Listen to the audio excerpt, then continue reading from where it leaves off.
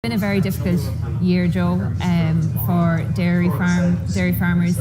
Can you just describe the situation on the ground at the moment? On the ground at the moment, Claire, it's very much a north-south divide, I would say. Sort of north of the site here, and that area, the sort of Ulster and North Leinster, Connacht area, has really improved in the last few weeks. A lot of crops taken, a lot of silage made, and most people have closed the gap significantly in terms of their winter feed.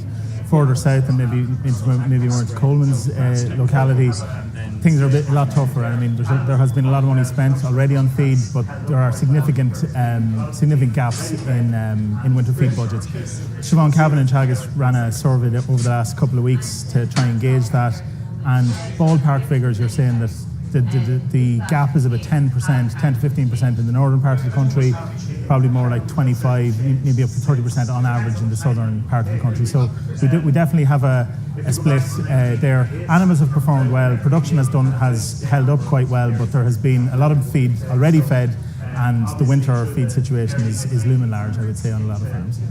And there's a lot of talk out there at the moment, Joe, that we have too many cows. Is that the case? Have cow numbers changed? Cow numbers have changed. Cow numbers have certainly changed since. It depends on the timeline you want to take, really. If we go back to 1988, in 1988 we had about the same number of dairy cows as we have now.